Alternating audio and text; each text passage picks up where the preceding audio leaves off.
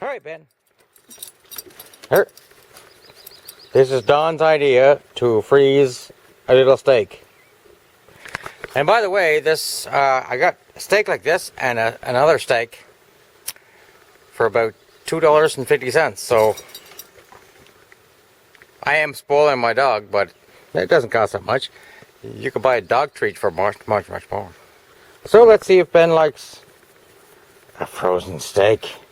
You think you like a frozen steak? Hey!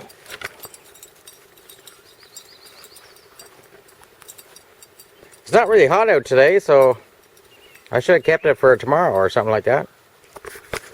Hey? Oh. No, I'm not going to steal it from you. He's chewing it. He's chewing it. He's chewing it. He's chewing it. That'll make your belly feel good.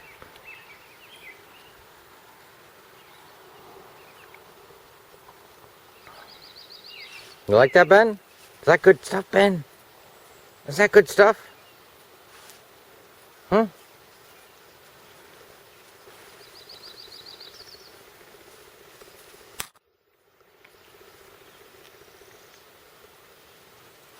Holy guacamole. It didn't take you long to eat that. You're a gal darn piggy. Well, it's Sunday afternoon. Rory McIlroy just won the British Open golf. I'm here at my shelter. Gonna do something. Like first though, I'll go on a little patrol and fill up my water bottle at the spring. Even though I can fill it with tap water because I have a well and it's the same water. Still need to fill it up at the spring. Without falling in, that is. Plus there's some guys here last week that were cutting alders out and cleaning up around the stream, so I want to see what exactly they're doing. So I'll just take my water bottle and my rifle and go. Water cold? Well, they did clean up the, there was a tree down here before. You might be able to just see the stump of it there. So clean that up anyway. Maybe a couple of the alders along there. This place wasn't so bad though. There'll be the fishes down there in the pond, or the pool. I noticed a lot of these berries. I don't know if that's a raspberry or a red blackberry. It doesn't pull free from the core like a raspberry though, so it's more like a blackberry. And I see Ben has gotten that one. You ruthless thing, you. Go find some more. I believe these are elderberries on this little bush. See the red berries? I think there's red ones and purple ones, or blue ones. And I believe it's not the red ones that are edible, or will do any good. It's the other kind. Not too sure though. You see, this is what I was looking for. They cut down a few alders from God knows where, there, and they just threw them up on my path here. I couldn't lug it an extra 10 feet. Kids these days, eh? What are you going to do with them? I don't know what's up with those buckets over there. Ben's, are you sniffing them out? Some more alders here piled up on my trail. Doofuses.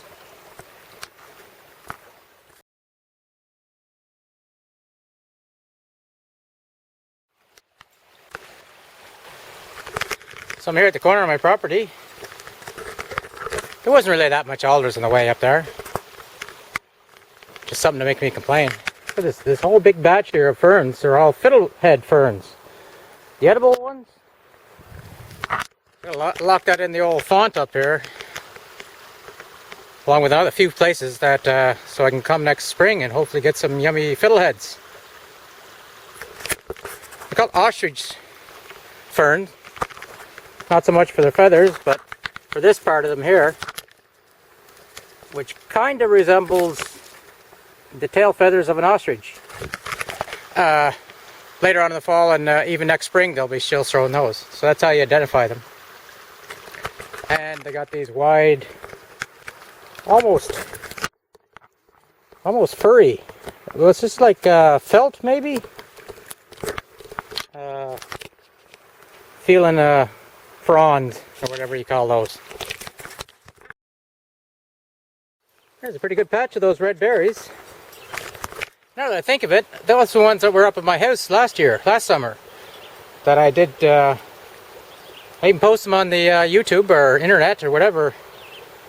I seem to track them down. I think they're called dewberries. It's dewberries or something like that. Must be a member of the raspberry or blackberry family, but they're red. Now, they're not blackberries because when blackberries are red, they're still sour. But these guys here are definitely ripe and sweet. You can see that the core sticks in them, or stays on them, just like a blackberry. That you gotta have to peel off. So dewberries. I've seen a little bit. If I see a lot more, then maybe I'll try picking them. But I don't really like berry picking, tell you the truth. Hey, I just got my first flint and steel fire going. I was going to tape it, but it was going to take too long. Now, I've cut char cloth on fire before down in my basement or everything like that, but this is the first time I actually put it into a tinder thing and blew it into flame. But I used the last of my char cloth, so I'm going to make some more in my new tin can. And I'm going to use a 99-cent face cloth for it. Because I seen it on the internet. Actually, Justin Wolf said that these washcloths are the best to use. So, I'll cut out a square.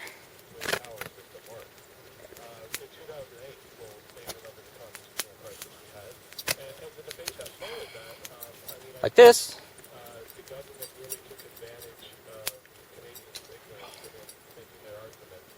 And maybe fold it once or twice. Put it in here. And not like those hinge cans, this one needs a hole in it. So I punched a hole already down in the basement. Right in here, both sides. So that way it'll let air in, and if I wanted to be somewhat airtight, I just put the hole in the back. Which is something else I seen on the internet. I hope the sun isn't too bright there. So, this goes into the fire for 10-15 minutes, something like that. Not too long. You can use any cloth to do it with, as long as it's